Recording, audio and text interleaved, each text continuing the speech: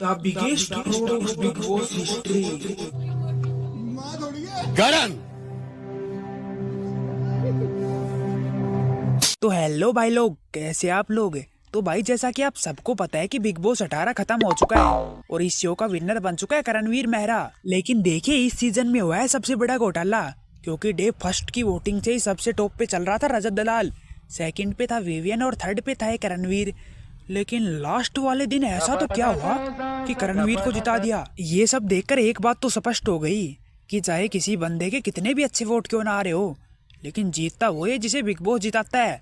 रजत दलाल कैसे हार सकता है यार। और देखो ये मैं इसलिए कह रहा हूँ क्योंकि पिछले वाले सीजन का विनर यूके था, उससे अगले वाले का कटारिया था, लेकिन दोनों को ही जबरदस्ती निकाल दिया गया। और इसके बाद टॉप 2 में बच गए नेजी और सना, और फिर सना को भी फर्जी वोटों से जिता दिया गया। हालांकि ज्यादा वोट तो नेजी के ही थे, लेकिन भाई अगर उसको ट्रॉफी दे देता ना बिग बॉस, तो बिग बॉस के हिसाब से बिग बॉस की इज्जत कम हो जाती। और ऐसा ही इन्होंने रजत के साथ किया, पूरे 3 महीने तक उसके नाम की टीआरपी घसी और लास्ट में इविक्ट कर दिया। चलो यहाँ तक भी ठीक था, लेकिन रजत के बिग बॉस में जाने के ठीक 1-2 महीने बाद ही उसकी छवि खराब होने लग गई थी। लोग कह रहे थे तो लफड़ेबाज है, शिष्टाचार नाम की कोई चीज नहीं इसके अंदर। और ऊपर से जले में नमक छिड़कने के लिए हमारे दा ललन टॉप के महान पत्रकार सौरभ भी आ गए और उन्होंने रजत की लफड़ेबाजी का पुराना किस्सा छेड़ दिया। घटना 4 जून को हुई। एक लड़का था, एक दिन ना उसने एक वीडियो डाली और वीडियो में मैं पीछे से आ रहा था, तो उसमें सिंपल लिख रखा था, सुबह सुबह अपना मुंह दिखा के मेरा दिन खराब कर देता है ये माइटी राजू। मैं आ रहा था भाई साहब नागपुर से, चटक बुद्धि वैसे ही थी। भाई कुछ भी कहो, लेकिन रजत का भी अलग ही सौदा है। अगर उसको कोई कुछ बोल दे और वो एक्शन ना ले तो लोग बोलते हैं माइटी राजू, और अगर बाई चांस एक्शन ले ले तो लोग बोलते हैं mighty Raju on burst mode. बंदा करे तो करे क्या। वैसे कुछ बंदों को रजत की पुरानी बातों को लेकर थोड़ी बहुत नाराजगी भी है, तो भाई मैं कहता हूँ यार बंदे को पछतावा है पुरानी बात का, तो छोड़ो यार, इतना बुरा भी थोड़ी है वो। तो चलो भाई इस मैटर को करते हैं साइड में और बिग बॉस के अगले बंदे की ओर बढ़ते हैं। नाराज हो गया वो। कौन नाराज हो गया? दिग्विजय। किससे?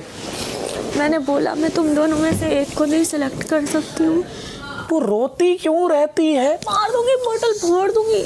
जी हाँ दोस्तों, यही थी हमारी अगली सदस्य चाहत पांडे। हालांकि इसकी टिकट अब तो काट दी गई है बिग बॉस से, लेकिन जब ये बिग बॉस में थी तो इसकी ठीक ठाक वोटिंग हो रही थी।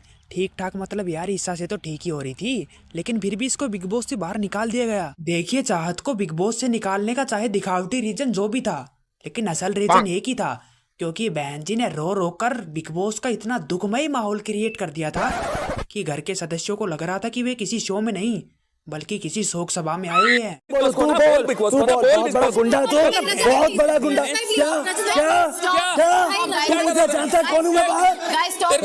एक फोन आएगा, तू सॉरी मांगेगा। मंगवा ले, सॉरी तू मंगवा ले, तेरे बाप पे मंगवा दे, तेरे बाप पे जा। इसका नाम है अविनाश, और भाई ने अपने फर्स्ट वोटिंग के रिजल्ट को देखते हुए ही जान लिया कि ट्रॉफी की किसी भी हालत में कोई गुंजाइश नहीं है। तभी इसने अपने ट्रॉफी वाले सपने को त्याग दिया और एक चीज की गांठ बांध ली कि जीतने तो रजत को भी नहीं दूंगा। फिर क्या था भाई, तू मैं करने लग गया रजत दलाल से कि आखिरकार कब रजत दलाल हाथापाई पे आए और कब बिग बॉस हम दोनों को एक साथ रिटायरमेंट दे। लेकिन भाई कंट्रोल कर लिया दलाल ने। हाँ जी, बिल्कुल सही कहा आपने, वाकई में कलर्स को आपसे बहुत ज्यादा प्यार है।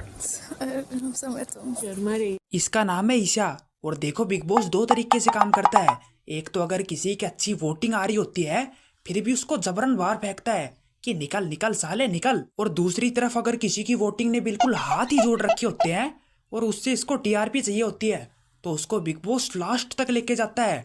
और वो ईशा के साथ हुआ। वोट तो इसके चाहत से भी कम आ रहे थे, लेकिन फिर भी बिग बॉस इसको टॉप 5 में लेके गया। भाई सच बता रहा हूँ, अगर इसकी जगह कोई लफाड़ होता ना तो बिग बॉस उसको कब का बाहर फेंक चुका होता। कितने सालों के बाद आपने बिग बॉस को हाँ कहा है? 8 सालों के बाद, 9th ईयर जी। लेकिन जब इतने सालों से ना बोल रहे थे, इस साल हाँ क्यों बोला? सर एक रियलाइजेशन हुआ मुझे। क्या रियलाइजेशन हुआ? बड़ी जल्दी रियलाइजेशन हुआ यार। वैसे 8 साल बाद ये रियलाइजेशन हुआ होगा कि काफी टाइम से ग्राफ एक समान गति पे चल रहा है, क्यों ना इसे थोड़ा हा हुल्ला करके ऊपर चढ़ाया जाए। तो ओके दोस्तों, आज की इस टॉपिक को यहीं पे रफा दफा करते हैं। मिलते हैं किसी और दिन नए टॉपिक के साथ। तब तक के लिए जय हिंद, जय भारत।